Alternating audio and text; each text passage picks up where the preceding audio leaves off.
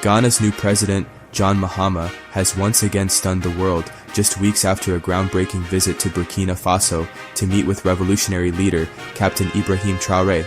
Now, President Mahama has dropped an economic bombshell in a bold move mirroring Traoré's fearless defiance and echoing Namibia's recent reforms. Ghana has declared that all foreigners must exit its local gold trading market by April 30th. This isn't just a routine policy change, it's a powerful call to action for African nations to reclaim ownership of their natural wealth, free themselves from foreign control, and stride confidently toward true sovereignty. Let's zoom in. Ghana, once called the Gold Coast, is Africa's top gold producer. Its earth is rich with shimmering gold, a blessing that's also been a curse. Since the colonial era, European powers have looted the land, and even after independence, foreign corporations continue to dominate. While Ghana's soil yields immense value, it's often outsiders who profit, while local communities remain impoverished. The artisanal and small-scale mining sector, known locally as Galamsey, employs millions and supports countless families, yet it has been hijacked by foreign interests, particularly Chinese nationals, who flout laws, evade taxes, and devastate the environment. Illegal gold smuggling drains the country of billions in lost revenue each year, while poisoned rivers, deforested lands, and destroyed cocoa farms, the backbone of Ghana's economy, speak to the environmental cost. Enter President John Mahama, sworn in on January 7, 2025 after a landslide win. Mahama, who previously held the presidency from 2012 to 2017, ran on a platform of economic renewal and an iron-fisted crackdown on Galamsey. His March 10th meeting with Captain Ibrahim Traoré was no ordinary diplomatic stop. It was a fusion of revolutionary minds, united in their determination to dismantle the systems of foreign dominance. Traoré, just 36, has nationalized Burkina Faso's gold mines and halted unrefined gold exports to Europe. He's emerged as a symbol of African self-determination.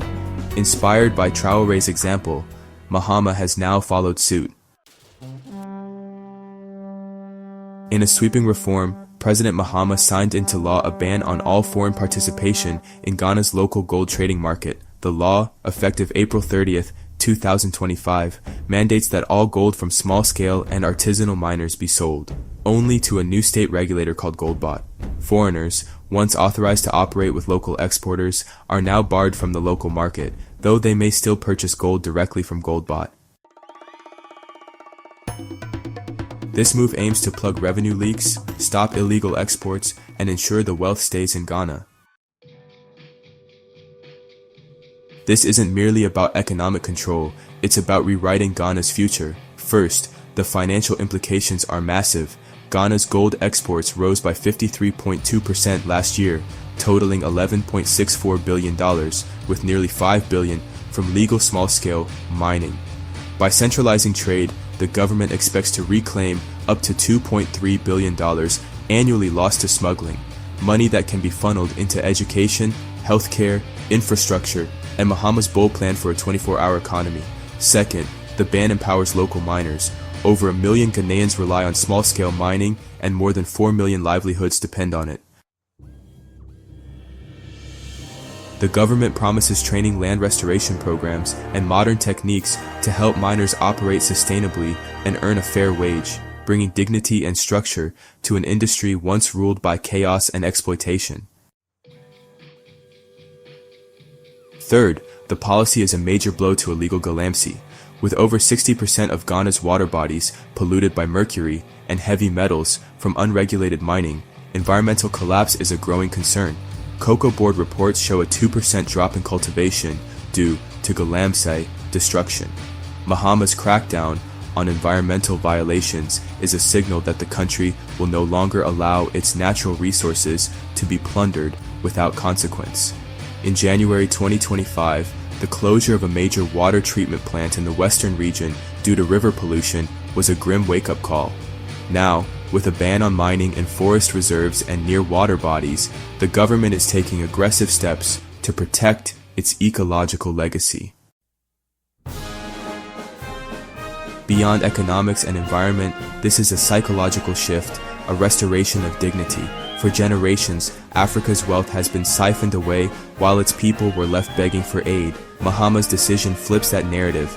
It declares that Ghanaians are not bystanders in their own economy, but rightful custodians of their resources. It's a message that deeply resonates in a nation weary from rising costs and economic marginalization. Cocoa, Ghana's second largest export, earns modest returns. But now, the gold that once fattened foreign pockets will fund Ghana's future. Mahama's gold policy isn't isolated. It's part of a growing Pan-African wave, a new era of leaders putting Africa first. His March meeting with Traoré marks a turning point. Traoré, who took power in September 2022, has become a folk hero across Africa. He's nationalized gold mines, slashed government salaries, and redirected funds into public services, all while living modestly on a soldier's wage. His policies have reduced foreign dependence and inspired millions.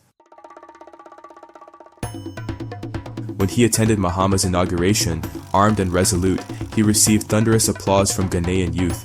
For many, Traoré is the modern embodiment of Nkrumah Sankara, and Rawlings a defiant voice of African pride and independence. After their meeting in Ouagadougou, Mahama and Traoré pledged deeper cooperation in trade, security, and regional unity. Mahama's call for dialogue between ECOWAS and the Sahel Alliance, which includes Burkina Faso, Mali, and Niger, reflects his commitment to continental solidarity. Meanwhile, Namibia is making similar moves. Its new president has challenged foreign oil interests by demanding higher local participation in the booming offshore energy sector. Rather than bowing to Western firms, Namibia is ensuring its oil wealth serves the people.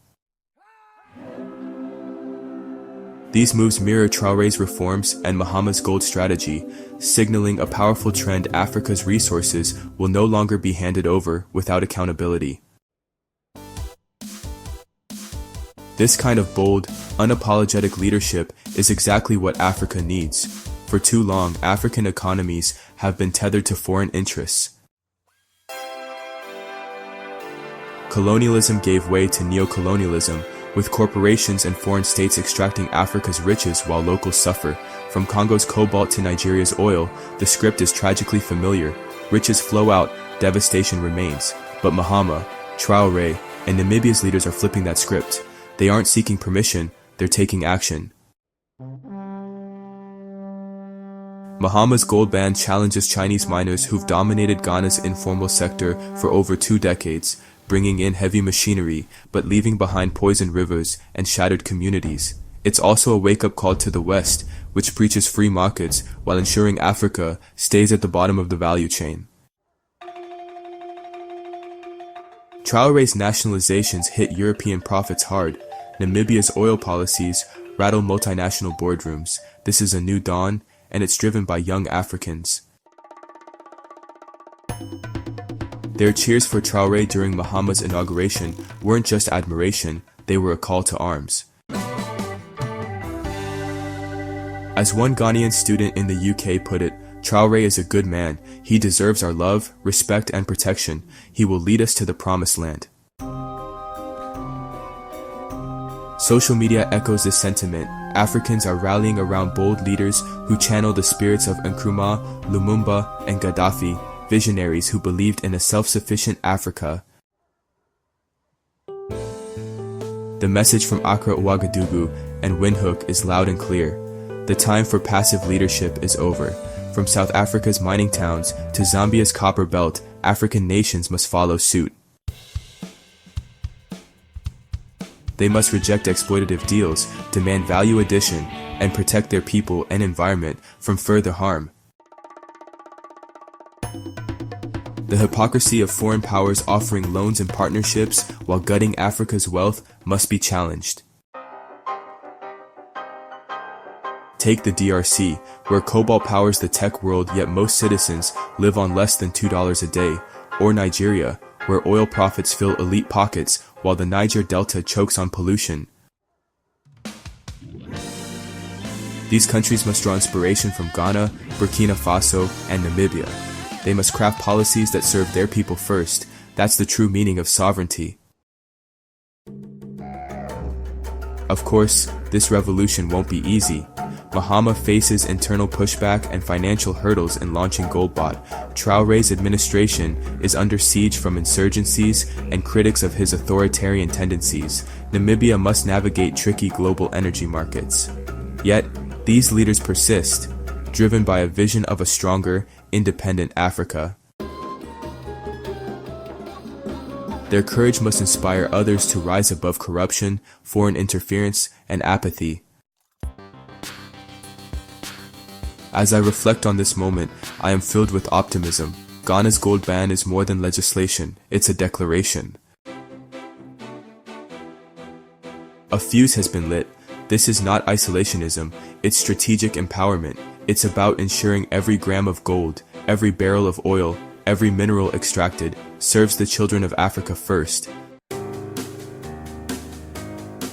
To fellow Africans, I say, demand more from your leaders. Support those who walk the path of justice, but hold them to their promises.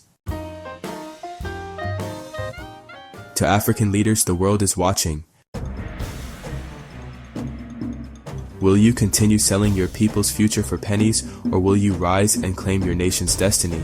The choice is yours, but time is running out. A new era is dawning.